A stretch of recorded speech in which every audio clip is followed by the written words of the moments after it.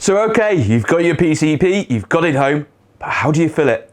Well, on this episode of Airgun Quickies, we're just going to run through the basics of methods of filling your PCP. So keep watching, we'll try and do it in 5 minutes.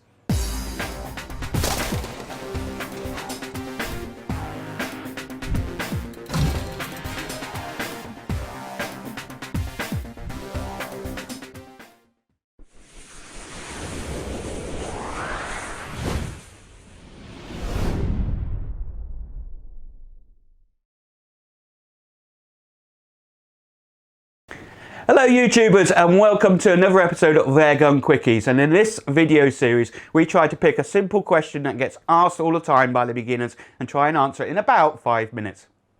So if you're new here, hit that subscribe button. Don't forget also to check out the video description. In there you'll find links to all of our Facebook groups, our forums, where there is a load of people that will help you out with all of these types of questions. So without further ado, let's crack on with it. How do I fill up my PCP? Now, the first question we get asked all the time is, can I use my air compressor that I have for the tyres on my car? Answer is, no, you can't. We are filling PCP rifles up to 3,500 or so PSI. That air compressor you have for your tyres in your car will only do about 100 PSI, so don't even try it. And the second thing is, word of warning here, we are dealing with very high pressure. So if you do not know what you're doing, please ask your gun shop or somebody else that knows what they're doing in the airgun industry, or one of your shooting friends, or these types of videos on there, because high compressed air can be very explosive and very dangerous. So please, please be careful. But anyway, let's get on about how do I fill my PCP up. Now you have 3 major options. Well, 4. Number 1, go and buy a Springer. That solves your problem straight away. Okay, let's leave that one to one side. First one is a hand pump. So basically, you may have seen these. They're like big bicycle pumps that you pump up and down. So you use the attachments, you connect it to your rifle, and then you pump it up and down. And this can take quite a bit of time. And then once you've hit your desired pressure, say 200 bars, by reading the gauges, you release the air and you're good to go. Now, obviously, that is fairly simple, fairly cheap. You can get them as cheap as £60 all the way up to about £190, £200.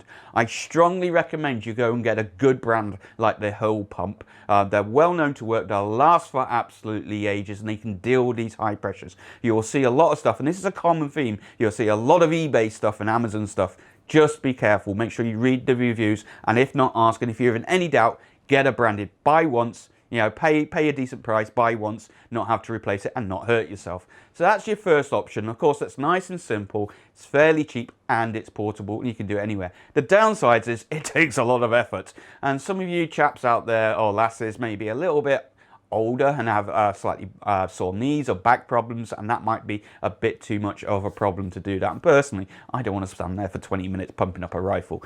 So your next option is then a dive bottle, and you will have seen a lot of air gunners with these dive tanks. They look just like the ones that the scuba divers work, but we just use normal air in there. The idea is that is filled up to about 3,500 PSI, 300 bar, and then you use that as a reservoir to connect up to your PCP and fill your PCP up to the desired pressure. Now, obviously, that is very simple. It takes 2 to 3 seconds to do it. Connect it up, open the taps up, fill it to the desired pressure, release the pressure, disconnect, and you're good to shoot.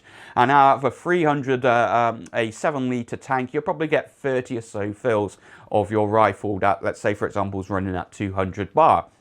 The downsides of that is, number 1, is they're quite bulky. So they're not that easy to carry around. You can get smaller ones like 3 litre, you can even get carbon ones, you can go all the way up to 12 litre. I have a 7 litre one, which is typically what people will use.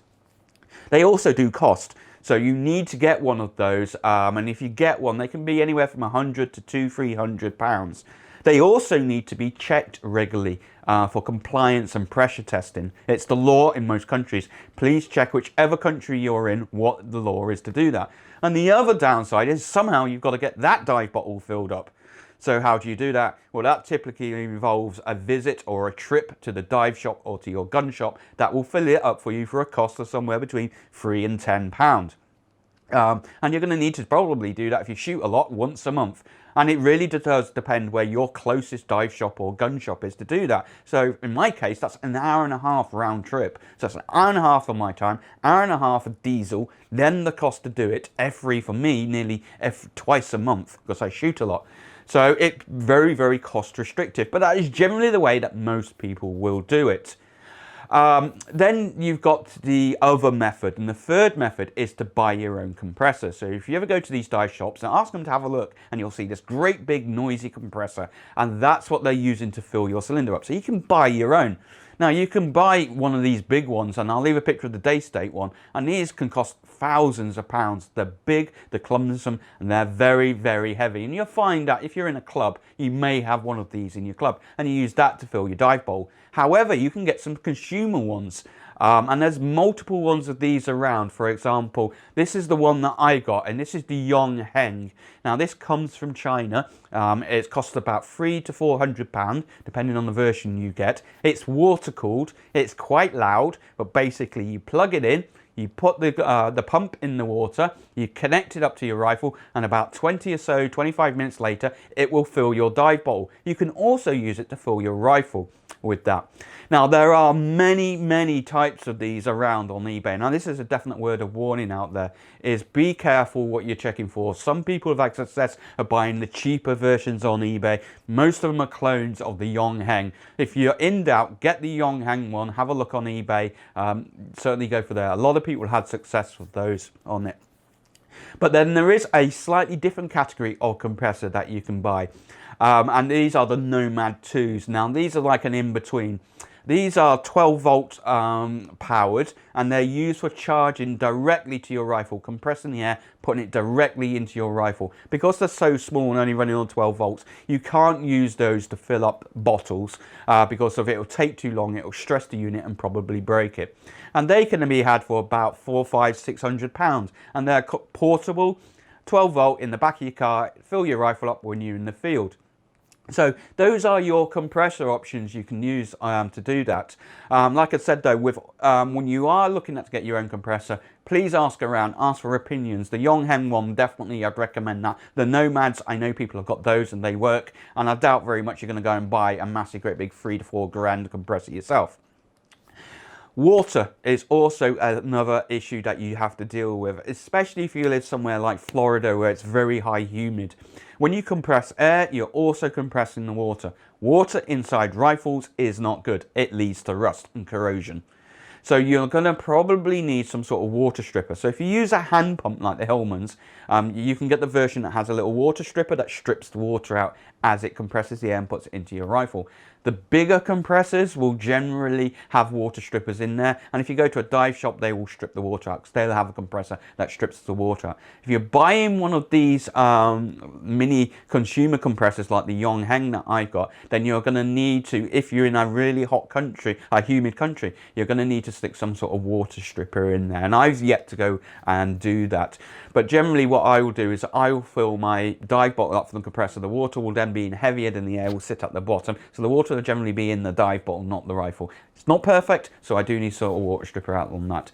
So hopefully that's answered some of the questions for you. You know, you've got basically some sort of hand pump like the Hills pump, about £100 to £200, fairly cheap. Then you've got your dive bottles that can vary anywhere from £100 to £400 plus the accessories that you need for that. Then you've got the compressors that can go anywhere from £300 to £400 all the way up to the multiple thousands. The way that I do it, basically, I have the Yongheng I use to fill up my dive bottle, and my dive bottle I use to fill up my air rifle. That's how I basically do it. So also with any compressors as well, please make sure that whenever you're using them, are in a safe place and you supervise them. Do not leave them running and ignore them. They can be extremely dangerous to compress air. But anyway, hopefully you like this. Don't forget again to check out all of the other videos in our series. Subscribe if you've not. Don't forget our merchandising, and leave your comments down below. I'd love to know what other questions you'd like for Airgun Quickies. Don't forget to visit www.airgunology.com. On there you'll find all of our social media links and forums and 3D printed sections. Facebook group is there for you to discuss anything you want to do with air rifles, air pistols and technology. Our dedicated forum where you can buy and sell anything that you want with regards to air rifles and air pistols. as well as our 3D printed section where you'll find the cradles that you can purchase for the chronographs for FX and the ATM ballistic rangefinders.